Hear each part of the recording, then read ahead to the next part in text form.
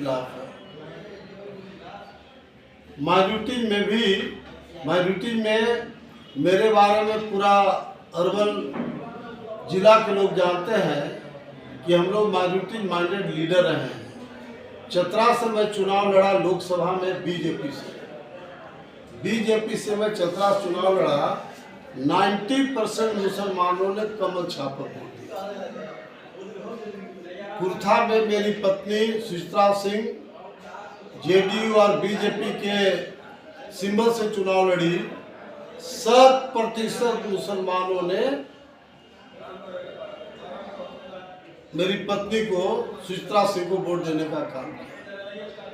इसलिए आप लोग के माध्यम से मैं खास तौर से मुसलमानों का आह्वान करना चाहता हूं कि जिस तरह से हमारा पिछला रिकॉर्ड रहा है, मुसलमानों का भी 100% वोट मुझे मिले और हम लोग किसी भी पॉइंट पर समझौता इस पॉइंट पर नहीं करेंगे। तो तमाम जो बैकवर्ड हैं, दलित हैं, माइनॉरिटीज हैं और सबल समाज के लोग हैं, तो सबको लेके हम चलेंगे। आप सब जानते हैं कि मेरा नाम सिर्फ नागमणि है। नागमणि के आगे कुशवाहा लोग समझे,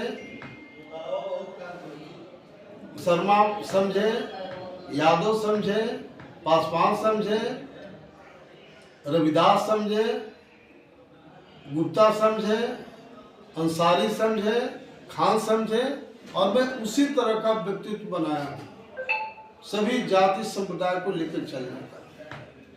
और अरवल विधानसभा क्षेत्र का एक गांव में घूमने के बाद मेरा अगला लक्ष्य है मगध और शाहाबाद प्रमंडल में एनडीए को मजबूत करना, क्योंकि ये दोनों प्रमंडल में ज़्यादा महागठबंधन के लोग चुनाव जीते हुए हैं। उसका दो ही कारण है।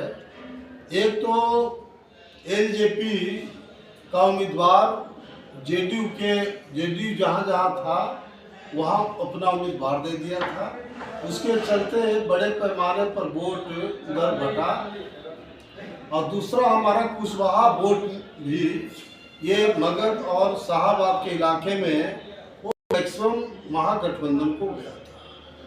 लेकिन अब हर लोग जानते हैं कि कुशवाहा समाज में 3 ही नेता हैं, नागमणि, सम्राट चौधरी और उपेंद्र कुशवाहा। जब तीनों हम लोग एक हो गए तो 100% एनडीए को कुशवाहा का वोट मिलेगा और एक वोट के लिए महागठबंधन को तरसना पड़ेगा। तो ये हमारा फ्यूचर प्लान है ताकि मगध और शाहाबाद के इलाके में मैक्सिमम सीट एनडीए को मिले। इसलिए हम लोग दिन और रात मेहनत करेंगे और एनडीए को मजबूत करेंगे। और इसमें कोई शक नहीं है कि कल सूरज को उगना जितना तय है उतने एनडीए की सरकार भी बनना तय है। सर, आपने सवाल किया कि 3 ही नेता हैं, कुशवाहा के 3 ही नेता हैं, भाई कुशवाहा भी सर नेता हैं और औरंगाबाद से सर सांसद हैं। सब बंडवरू है, ये सब बंडवरू नेता है, इसका कोई वजूद समाज में नहीं है।